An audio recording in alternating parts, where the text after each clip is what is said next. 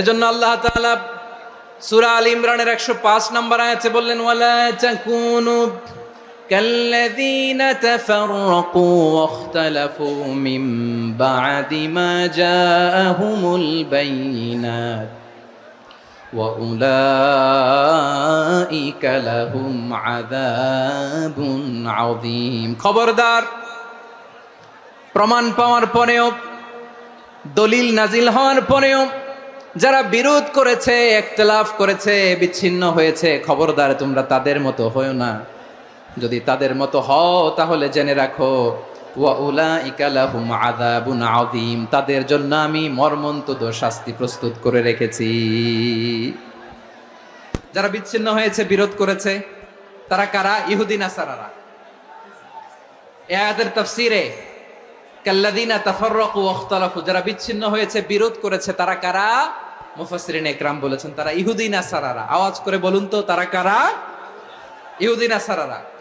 বিষ্ণু ঈসা ইসলাম সুনানে আবু দাউদ এবং তিরমিজির হাদিসে বলেন, ইফতারাকাতিল ইয়াহুদু আলা 71 ফিরকা, ইহুদিরা 71 দল হয়েছে। ইখতিলাফ করতে করতে কয় দল? সবাই বলে নাই, কয় দল? ওয়াফতারাকাতিন নাসারা আলা 72 ফিরকা, আর নাসারারা হইছে 72 দল। আওয়াজ করে বলুন তো, কয় দল?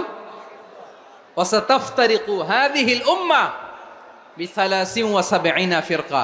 আর বিশ্বনবী আফসোস করে বলেন, আমার উম্মত হবে 73 দল।